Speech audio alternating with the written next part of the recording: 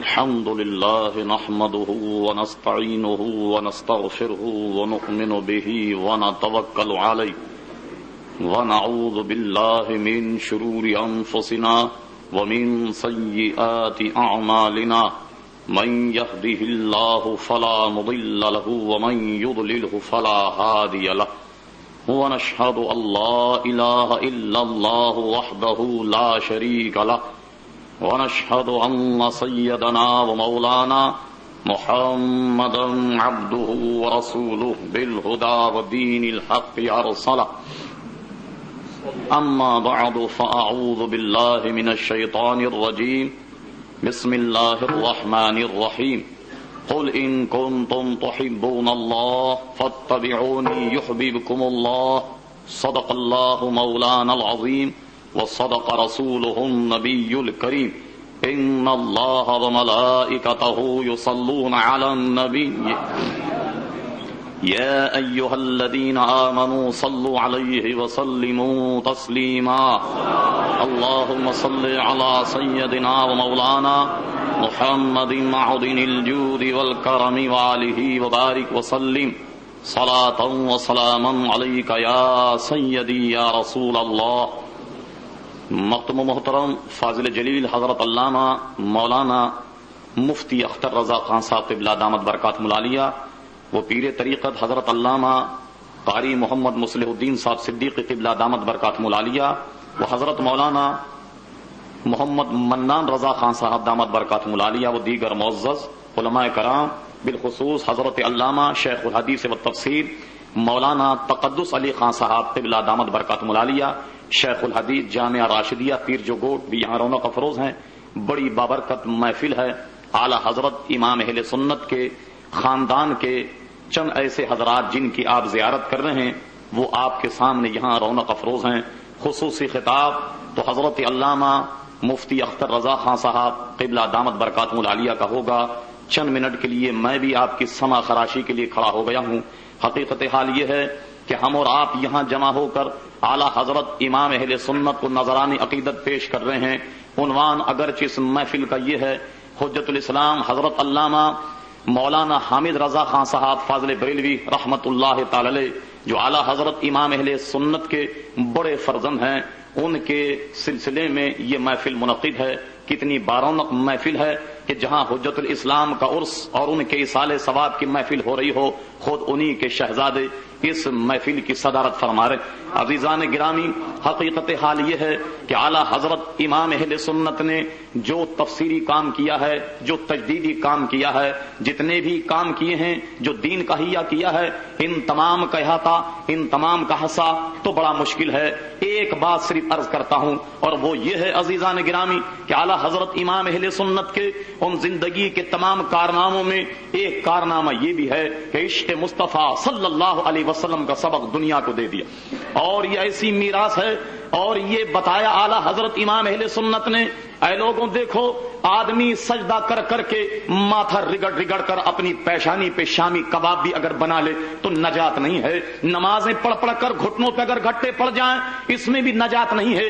روزہ رکھ رکھ کر اپنی آنتوں کو سکھا بھی لے اس میں بھی نجات نہیں ہے. حج کر کے لاکھوں روپیہ ضائع کر دے اس میں بھی نجات نہیں ہے. ہاں گناہ گار ہی کیوں نہ ہو مگر اس کے دل میں شمع محمدی کی گویا شمع محمدی اگر روشن ہے اس کی نجات تو بہرحال ہو سکتی ہے. اور بغیر عشق محمدی صلی اللہ تعالی علیہ وسلم آدمی کی نجات نہیں ہو سکتی. عزیزان گرامی، اعلی حضرت امام اہل سنت نے اپنے آقا و مولا جناب نبی کریم صلی اللہ علیہ وسلم کو ان عمدہ عمدہ الفاظوں سے تعبیر کیا ہے کہ آپ کا نعتیہ دیوان پڑھنے دیکھنے اور سمجھنے سے تعلق رکھتا ہے. میں کیا تفصیل عرض کروں کہ عشق مصطفیٰ ان کے سینوں میں کیا تھا. ایک واقعہ جو بڑا مشہور ہے اس سے آپ اندازہ لگائیں کہ عشق مصطفیٰ امام اہل سنت کے سینے میں کس طریقے سے راسخ ہے.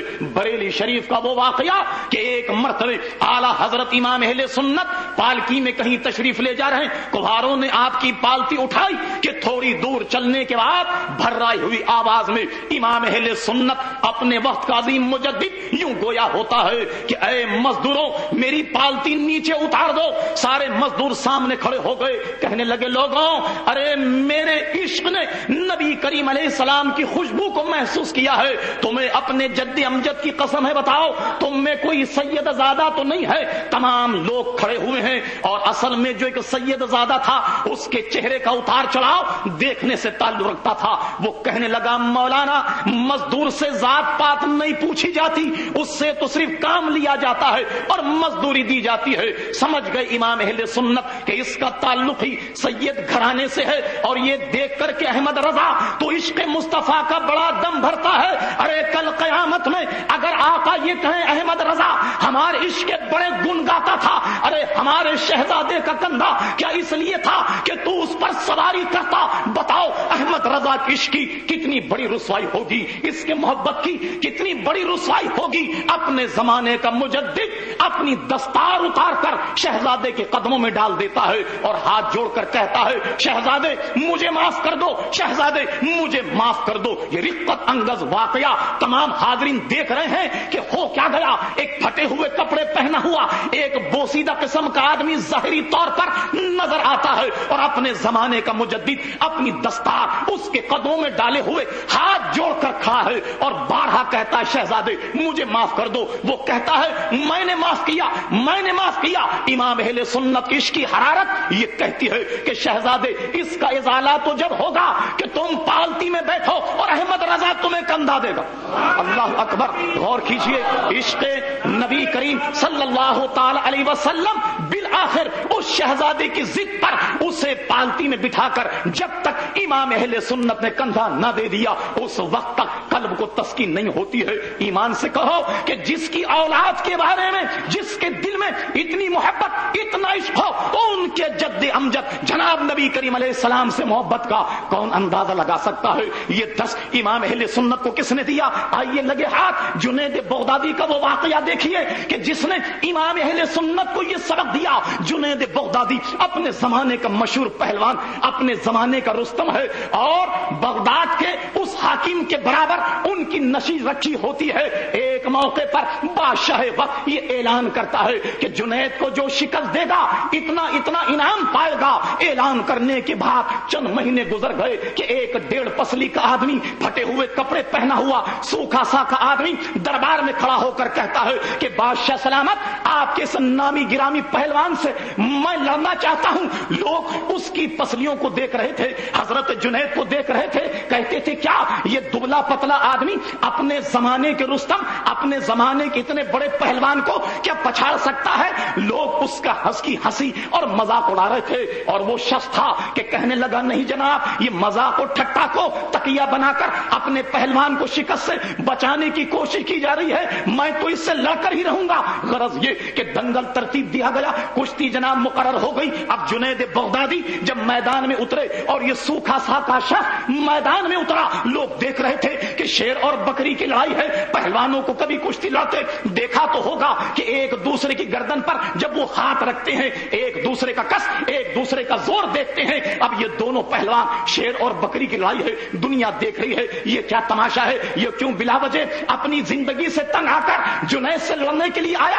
یہ دونوں حضرات ایک دوسرے کے کندھے پر جب ہاتھ رکھتے ہیں اور دونوں کے سر مل گئے، اس سوکھے پہلوان نے کہا، اس دبلے پہلوان نے کہا کہ جنید میں خوب جانتا ہوں کہ تو اپنے وقت کا پہلوان ہے، میں پہلوان نہیں ہوں، مگر اے جنید میرے بچے فاقوں سے تڑپ رہے ہیں، اگر آج تو اپنی عزت مجھ پر قربان کر دے، میرا تعلق حضور کے گھرانے سے ہے، میرا تعلق ہاشمی خاندان سے ہے، اے جنید اگر آج تو پچھڑ جائے اپنی عزت کو خاک میں ملا دے، میں اگر اس کشتی کو جیت گیا تو تیرے کشتی مارنے کے بعد، تجھے پچھاڑنے کے بعد مجھے اتنا انعام ملے گا کہ میرا گھر بھر پھلے گا پھولے گا۔ مگر جنید میں تجھ سے وعدہ کرتا ہوں کہ آج اگر تو نے اپنی عظمت کا سودا میرے لیے کر دیا، سرکار کے لیے کر دیا، اور اہل بیت کی محبت میں اگر تو نے آج یہ ذلت برداشت کر دی، میں تجھ سے وعدہ کرتا ہوں کہ کل قیامت کے میدان میں اپنے اپنے نانا جناب نبی کریم علیہ السلام سے تیرے سر پر فتح و نصرت کی دستار بندھا دوں گا. اوفو، جنید شہرت کو دیکھتے ہیں، جنید نام کو دیکھتے ہیں، جنید اپنی پہلوانی کو دیکھتے ہیں، ادھر سید زادے کو دیکھتے ہیں، اہل بیت کو دیکھتے ہیں، حضور کا عشق اور حضور کی محبت، ایک طرف شہرت. اب جنید ہیں کہ جناب شچو پن میں پڑے ہوئے ہیں کہ کیا کیا جائے. اگر ہارتا ہوں تو ذلت ہوتی ہے اور اگر جیتتا ہوں تو توہین مصطفیٰ کا مرتکب ہوتا ہوں. کیا کیا جائے؟ جنید نے فی الفور یہ فیصلہ کر لیا، عزت جاتی ہے تو جائے، شہرت جاتی ہے تو جائے، اگر لوگ میری بےزتی کریں تو کیا کریں، مگر آج میں نے یہ فیصلہ کر دیا کہ اپنی عزت و ناموس اس شہزادے پر قربان کر دوں گا. چنانچہ لوگ دیکھتے ہیں کہ دیکھتے ہی دیکھتے ایک ایسا داؤ لگا کہ چاروں شان چت اپنے زمانے کا پہلوان پڑ گیا اور وہ سوکھا پہلوان اس کے اوپر ہے. لوگوں نے بڑی داد تحسین دی اور تو وہ شہزادے لوگوں کے کندھوں پر ہوتے ہوئے جا رہے ہیں. مگر آج جنید کا پرسان حال کوئی نہیں. آج جنید پر لوگ اس کی شہرت، اس کی پہلوانی، اس کے اس قوی پن پر لوگ حیرت کرتے ہیں. آج جنید کی وہ ذلت ہوئی کہ اس سے پہلے نہیں ہوئی. آج ان کا کوئی پرسان حال نہیں، آج ان کا کوئی غمخار نہیں. اس کے بعد تنہے تنہا رات ہونے کے بعد دنگل سے اٹھے اور چلے گئے اپنے گھر. رات میں جب سوتے ہیں، بستر میں جب لیٹے، راتیں کچھ بڑی تھی مگر لگتا یہ تھا کہ آج کی رات کچھ اور طویل ہو گئی. اب سوچتے ہیں شہرت کہاں گئی، عزت کہاں گئی، پہلوانیت کہاں گئی، سرکاری وظیفہ ملتا تھا وہ بھی ختم ہو گیا. مگر ہاں سوچتے ہیں کہ ہاں یہ سب کچھ حضور کی محبت میں قربان کیا ہے. ارے شہزادے نے یہ بھی تو کہا ہے کہ اے جنید، اگر آج اپنی عزت میرے آقا کے نام پر قربان کر دے، کل قیامت کے میدان میں فتح و نصرت کی دستار تیرے سر پر بندھاؤں گا. جنید کہتے ہیں کیا مجھ جیسا گناہگار آدمی حضور کے ہاتھ میرے سر دستار باندھے؟ کیا ایسا ہو سکتا ہے؟ میرے مولا، اگر ایسا ممکن ہے آج ہی قیامت آ جائے، آج ہی حشر برپا ہو جائے تاکہ میں اس نورانی شکل کو دیکھ لوں، تاکہ اس نورانی ہاتھوں کو دیکھ لوں کہ جو میرے سر پر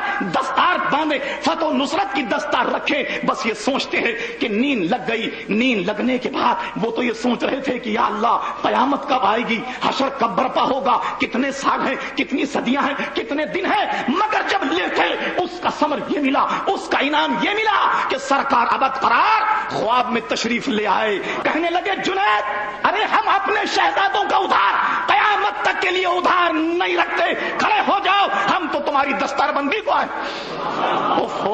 اگر جنید پر حال کھلا کہ یہ سودا ارے اتنا وہ نہیں تھا تاخیر والا کہ قیامت میں یہ سارا سما ہوتا. حضور آ گئے، جنید کھڑے ہو گئے اور حضور صلی اللہ علیہ وسلم نے فتح و نصرت کی دستار آج جنید کے سر پہ ایسی باندھی کہ کوئی کیا بتائے کہ جنید جب صبح اٹھے، بڑے بڑے غوث، بڑے بڑے قطب اپنی جھولیاں پھیلا ہوئے حضرت جنید کے بھیک کے منتظر ہے. عزیزان گرامی، یہ وہ سبق تھا امام اہل سنت نے لیا اور اس کے بعد کہتے ہیں شہزادے جب تک اس پالکی میں نہیں بیٹھو گے، میں جب تک تمہیں کندھا نہیں دوں گا میرے قلب کو تسکین نہیں ہوگی. اور یہی وہ عشق رسول تھا کہ ببانگ دہل کہا امام احمد رضا کا سینہ چیرا جائے، اس کے دل کے دو ٹکڑے کیے جائیں، ایک پہ لکھا ہوگا لا الہ الا اللہ، دوسرے پہ لکھا ہوگا محمد الرسول اللہ. ہاں ہاں یہی وہ عشق مصطفیٰ ہے. کہتے ہیں لوگوں میرا جب انتقال ہو میری قبر کو قد آدم کھودنا. لوگوں نے کہا حضور کمر برابر کھودی جاتی ہے. کہنے لگے بات یہ ہے کہ میں نے صحیح حدیثوں میں پڑھا کہ جب آدمی مرتا ہے اس سے 3 سوال کیے جاتے ہیں، بتا تیرا رب کون ہے، بتا تیرا دین کیا ہے. اور اس کے بعد حضور علیہ السلام اپنی جسمانی صورت میں تشریف لے آتے ہیں، چہرے انور دکھا کر. فرشتے کہتے ہیں اے قبر والے بتا ان کے بارے میں کیا کہتا ہے. ارے غلام مصطفیٰ ہوگا اگرچہ مجھ جیسا گناہگاری کیوں نہ ہو. کہے گا فرشتوں ان کے بارے میں پوچھتے ہو، ارے یہ تو وہ ہیں جن پر دوران نماز میں سلام پڑھا کرتا تھا، یہ تو وہ ہے جن پر دوران نماز میں درود پڑھا کرتا تھا. کہا میں نے یہ کتابوں میں پڑھا ہے. اب احمد رضا کی خواہش یہ ہے کہ حضور جب قبر میں آئے تو یہ کھڑا ہو کر قبر میں بھی کہے مصطفیٰ جان رحمت پہ لاکھوں سلام، شمع بزم ہدایت پہ لاکھوں سلام. ہاں ہاں کہتے ہیں آنکھ عطا کیجئے اس میں ضیاء دیجئے، جلوہ قریب آ گیا تم پہ کروڑوں درود. عزیزان گرامی یہ وہ عشق مصطفیٰ کا سبق جو اعلیٰ حضرت امام اہل سنت نے ہم کو دیا ہے. ہمیں اسی کو مضبوطی کے ساتھ تھامے رہنا چاہیے. قسم خدا کی نجات نجات نجات اگر ہے تو اسی سبق میں ہے. ہاں ہاں کیوں رضا آج گلی سونی ہے، اٹھ میرے دھوم مچانے والے.